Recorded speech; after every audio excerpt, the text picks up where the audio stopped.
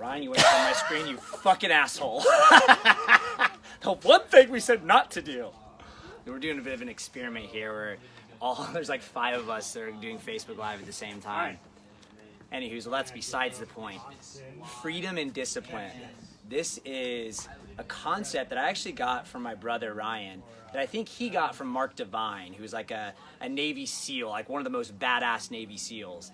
And what this means to me is when I can create discipline in my life, when I can make structures, what I believe to be healthy habits and routines, I find a sense of profound freedom within that discipline. I have the ability to flow within that discipline, within that construct. And it's almost counterintuitive, right? Like, what do you mean, Jordan? Like, how can I flow if I have like all this discipline? That's like the antithesis of freedom. I'm also a big fan of the idea of like contradiction and polarity and like opposites attracting and the circular flow of energy that comes within that. I found in my life when I'm just like fully flowing or drifting, which is a term Napoleon Hill and Outwitting the Devil, one of my favorite books of all time. Highly recommend it. It's really great on Audible too. Napoleon Hill is literally interviewing the devil, not literally, but like that's what he's doing in this book. That's the whole idea behind it. And the devil, one of his many tricks, he said, if you were to keep the masses in a haze, hypnotized, if you will, is he calls it drifting. He would keep them drifting with no sense of purpose or direction, no discipline. And so I find that when I'm like, have no discipline, no structure, no freedom, I'm just drifting. I'm flowing and not in the good sense of the word. I'm just like walking around doing nothing, not helping anybody, not really helping myself. And make no mistake, I think there's a time and place to live fully in freedom and flow. And that's great, and that's kind of like a feminine energy in my sense. It's like it's changing and shifting. It's like the seasons, it's like the weather, and that's beautiful. It can be energizing, it can be healing.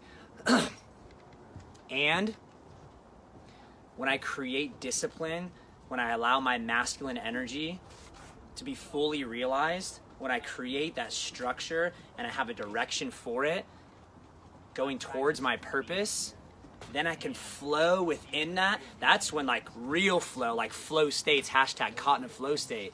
That's when that stuff comes in and the lateral thinking meets the vertical, and it's like this circular energy that creates things that I couldn't possibly imagine. The manifestation within that is so powerful. All right, so let's get some teeth into this. Get down to brass tacks, so to speak. Because I can sometimes get way up here, but I like to bring it down to the ground. And what does that actually mean in your normal life? For me, that means I wake up when I wake up. I don't do an alarm clock. However, because I did an alarm clock for so many years, that discipline has now given me the freedom to not need an alarm clock. I now wake up naturally, typically between 6:30 and 7:30, and that feels good to me. That's like my chronotype, if you will, for when I wake up. That might not be the same for you, but that's how I roll. And I take my dog on a walk with my neighbor Daniel. He takes his female pit bull, Orion and Biggie, little lovers there, except kind of not really. And we go on this beautiful walk, and it's an amazing way to start my day. And that discipline of doing that creates like flow through the rest of the day.